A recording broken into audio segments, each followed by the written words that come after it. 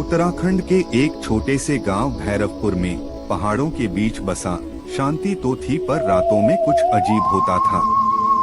गांव के लोग कहते थे कि हर अमावस्या की रात पहाड़ी के उस पार से एक छाया उतरती है जो किसी का नाम लेकर पुकारती है, और जिसे वो पुकारे वो कभी सुबह नहीं देखता। रवि नाम का एक नौजवान जो हाल ही में शहर से गांव लौटा था, इन सब बातों को बकवास मानता था। उसने गांव वालों से कहा, अरे ये सब पुरानी बातें हैं डराने की, अब कौन छाया आती है। गांव के बूढ़े मुखिया ने गंभीर स्वर में कहा, बेटा मजाक मत उड़ा। जिस दिन वो आवाज सुन ली सब खत्म। रवि मुस्कुराकर चला गया, पर उसी रात बिजली चली गई और पूरा गांव अंधेरे में डूब गया।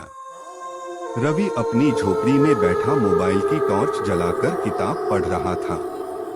तभी बाहर से किसी ने धीरे से उसका नाम लिया, रवि। उसने सोचा कोई दोस्त होगा। दरवाजा खोला पर बाहर सन्नाटा था। ठंडी हवा का एक झोंका अंदर आया और दीवार पर एक लंबी परछाई दिखी, पर उसके सामने कोई नहीं था। उसने टॉर्च घुमाई और वो छाया धीरे धीरे सरकने लगी, जैसे जमीन पर रेंगती जा रही हो। रवि का दिल जोर से धड़कने लगा। उसने तुरंत दरवाजा बंद किया। अगली सुबह गांव में सब ठीक था, पर रवि की आंखों के नीचे गहरे काले घेरे थे।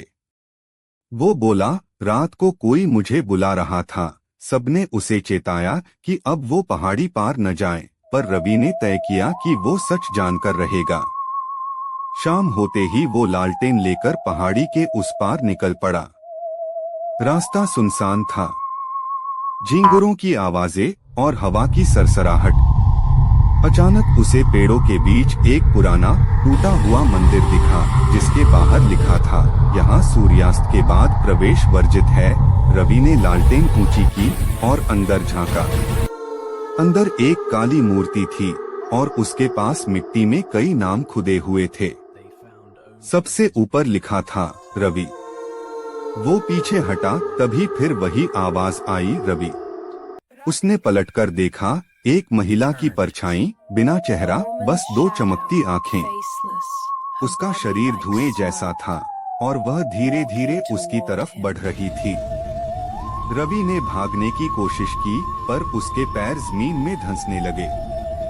उसने जोर से चिल्लाया, कौन हो तुम? आवाज आई, तुम सबने मेरा घर तोड़ा, अब हर पीढ़ी से एक ले जाऊंगी। रवि गिर पड़ा।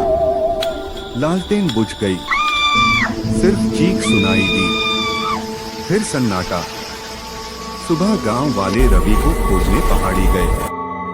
उन्हें मंदिर के पास उसकी लालटेन टूटी मिली और मिट्टी पर एक नया नाम खुदा था, रवि सिंह नेगी।